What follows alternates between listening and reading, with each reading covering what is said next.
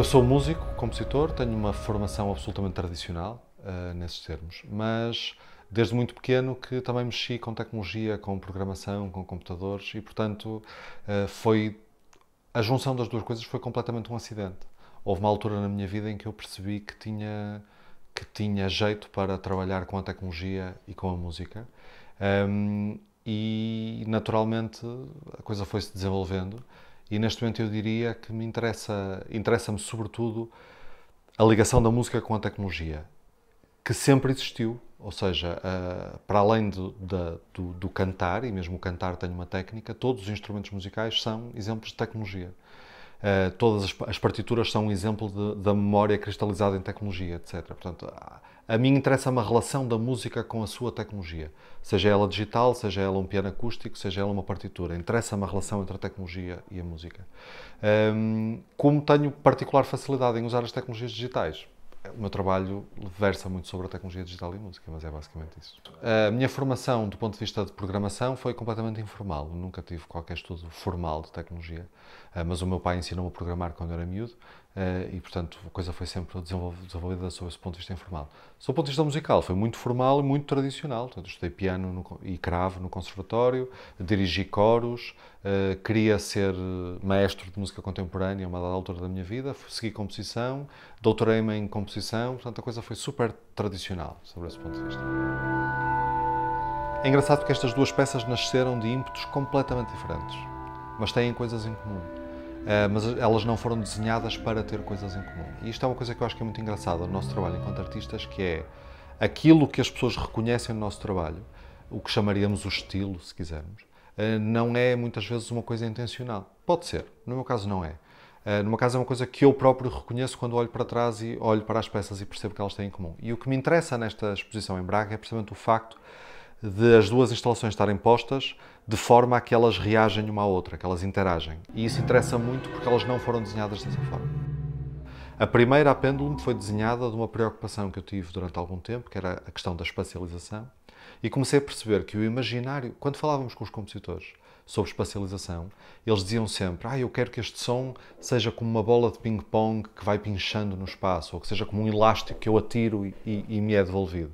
Mas depois as ferramentas que nós tínhamos para traduzir isso em espacialização eram ferramentas geométricas, então tínhamos de desenhar de forma geométrica esses movimentos. Uma parte do trabalho do meu doutoramento foi precisamente de pensar como é que nós podemos usar a tecnologia para materializar este tipo de pensamento, ou seja, em vez de eu desenhar as minhas curvas de espacialização num programa de edição de áudio, eu posso pegar num modelo físico de um elástico e dizer: tenho aqui um som, eu agora atiro o elástico. E ele é-me devolvido e isto faz com que a espacialização aconteça. E ao trabalhar sobre isso eu comecei a perceber que há uma relação muito forte entre o nosso corpo e a música. Entre a dança e a música, não é? Há uma relação fortíssima. Aliás, a única linguagem para que é possível traduzir música é a dança. Já o George Steiner dizia isso e parece-me bastante claro. E, portanto, há uma relação muito forte entre a relação que o nosso corpo estabelece com a gravidade e a música. E, basicamente, o Pendulum é uma exploração disso. A relação entre o gesto musical e a gravidade.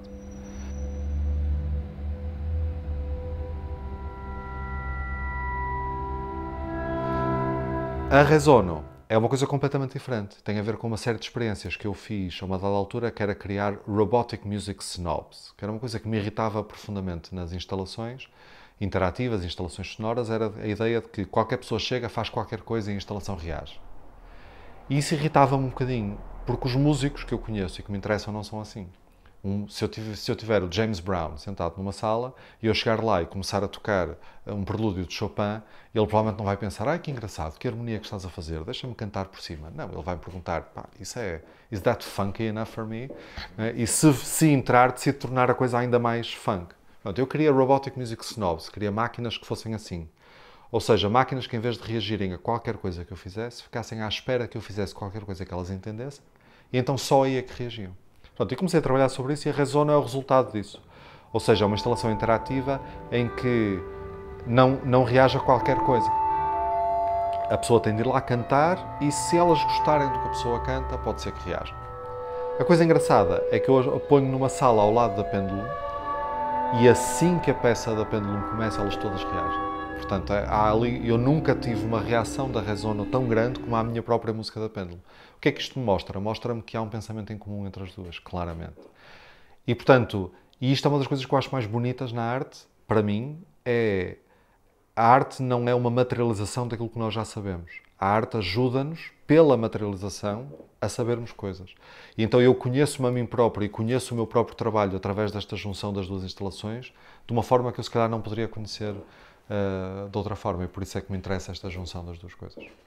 A Pendulum é uma peça para instrumentos acústicos, originalmente, eletrónica ao vivo e vídeo em tempo real. E então o que é que acontecia nesta peça? Nós tínhamos o piano no palco, tínhamos os instrumentos à nossa volta na sala, tínhamos um sistema de alto-falantes à nossa volta e tínhamos um vídeo. E aquilo que acontecia era, cada nota do piano despoleta eventos no vídeo.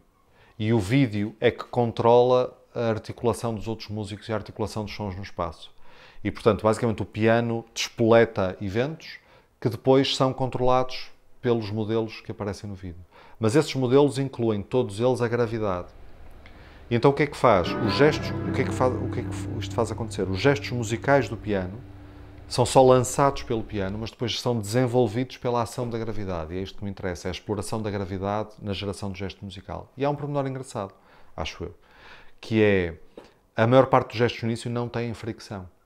Então, havendo gravidade sem fricção, o que é que acontece? Nenhum gesto musical se mata a si próprio, de certa forma.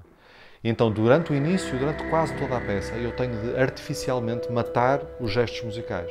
O que é que acontece? O piano despoleta os gestos, eles ficam, a gravidade articula-os, e depois o piano tem de ir lá matá-los outra vez. Porque a gravidade sozinha gera-nos gestos musicais interessantes, mas eles não se auto-extinguem. Então, no final da peça, eu introduzo a fricção nos modelos. E a partir do momento em que eu introduzo a fricção, então os gestos musicais já se auto-extinguem. E é, no fundo, isso que conclui a peça. O que nós temos aqui na Galeria do Generation é uma versão e instalação da Pendulum. Ou seja, já não temos os instrumentos ao vivo, já não estamos em situação de concerto. Isto permite-nos o quê? Permite-nos termos o vídeo e a gravação do áudio e a gravação da eletrónica. Permite que nós tenhamos uma relação com o vídeo e com o som que nós não conseguimos ter quando temos instrumentistas a tocar, não é? Que a componente visual dos instrumentistas a tocar é muito forte. E, portanto, interessou-me a dada altura fazer a versão da Pendulum em formato de instalação audiovisual, por forma a que essa relação se torne mais evidente. Relativamente à Resono. A Resono é uma instalação que parte do princípio que o grau zero da autonomia é a capacidade de dizer não. Então interessa-me esta questão. Nós temos uma relação com os computadores que é uma relação de senhores escravos. Nós não damos agência aos computadores, não reconhecemos agência nos computadores até o momento em que eles não fazem exatamente o que nós queremos. Então aí nós insultamos-los. E depois, agora que se fala dos computadores um dia terem inteligência, que eu acho que é uma discussão muito interessante, mas metafórica, mas muito interessante. Agora que falamos sobre isso, é engraçado que alguns dos medos são os mesmos que encontramos na literatura quando se fala da libertação dos escravos. Os medos, o que é que vai acontecer se de repente eles se emanciparem, eles se revoltarem, e nós vivemos sempre nestes medos. A mim interessa-me do ponto de vista, novamente, a mim interessa-me tudo o que nos ajuda a conhecermos a nós enquanto seres humanos. E então o medo das máquinas e a inteligência artificial não me diz nada sobre as máquinas, diz-me muito sobre os humanos, e é isso que me interessa. E portanto, esta instalação interativa parte dessa ideia de que as máquinas só vão ser autónomas, só podem ser inteligentes, se antes de mais tiverem a capacidade de se virar para nós e dizer não, agora não me apetece. Do género, eu abro a folha de Excel, quero preencher uns números e a máquina diz-me, agora não, agora eu queria mesmo era ouvir música e por favor deixa-me em paz. Enquanto a máquina não for capaz de fazer isso, ela não é autónoma, não é inteligente, não é nada. Não é? É só um escravo digital.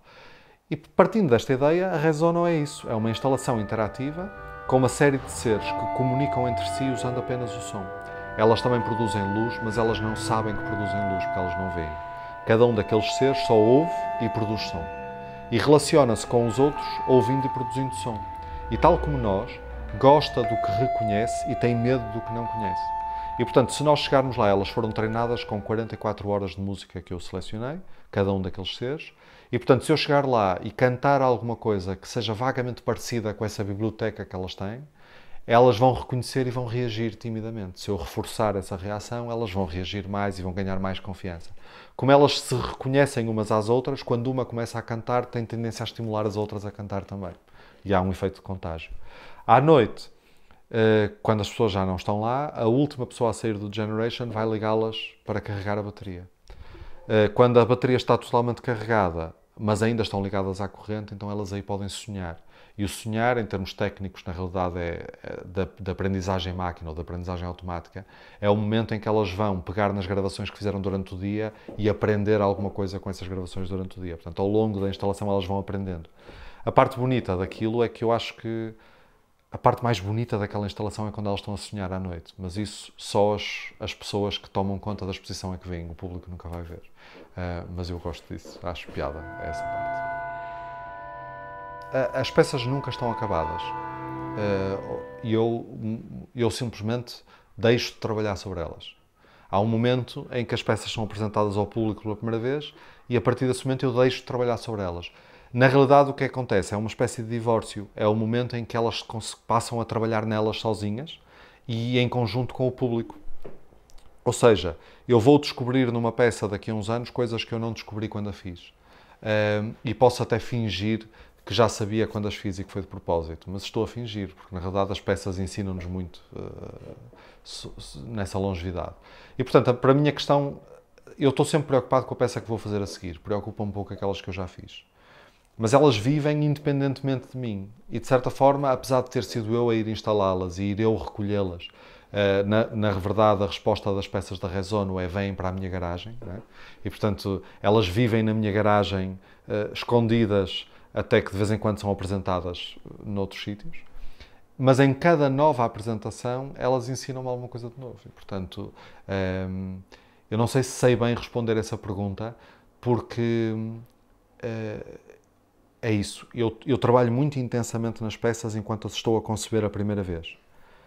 E depois há um divórcio quando da primeira apresentação e depois elas vivem sozinhas e vivem independentemente de mim. E de vez em quando eu encontro-as no caminho como quem reencontra um velho amigo e até trocamos algumas ideias. Mas é isso. Portanto, elas já saíram do meu alcance. Aquilo que lhes acontece quando a instalação acabar depende mais delas do que de mim. Eu, antes de mais... aconselho sempre às pessoas que estabeleçam relações autênticas com as coisas. Ou seja, não é só porque uma coisa está numa galeria de arte ou porque é feita por alguém que tenha um carimbo, ou seja o que for, que eu sou obrigado a estabelecer uma relação com aquilo. Se aquilo não me diz nada e se eu não consigo estabelecer uma relação com aquilo, está tudo ok. Eu não fico minimamente melindrado com isso, está tudo bem. Portanto, as pessoas, se gostarem, gostam, se não gostarem, não gostam, é porque estavam no momento errado, estava na altura errada, não há nenhum drama relativamente a isso. E, portanto, neste sentido, custa-me um bocadinho dar conselhos, porque acho que as pessoas se devem relacionar nos seus próprios termos com as coisas. Do ponto de vista da instalação interativa, da Resono, teria só uma coisa engraçada a dizer, que é, assisti muitas vezes, as pessoas dizem, se cantar, elas reagem. E então havia muitas pessoas que achavam que cantavam muito bem, e iam cantar para a instalação, e ela não reagia. E depois chegava uma criança e dizia, olá, e a instalação reage. E as pessoas ficavam muito frustradas. Há um segredo naquela instalação, que é a primeira vez que as peças reagem muito timidamente. E se eu não reconhecer a reação delas, ou seja, se eu estiver muito preocupado em ouvir-me a mim próprio e não reparar que ela reagiu timidamente e ignorar essa reação, ela vai ficar ainda mais tímida e acabou, não vai reagir mais. Portanto, a forma como eu diria para as pessoas se relacionarem com essa instalação é como nos relacionamos uns com os outros. É darmos alguma coisa, mas depois deixarmos algum espaço para ouvirmos o que vem do outro lado. E acho que é assim que a coisa vai funcionar bem.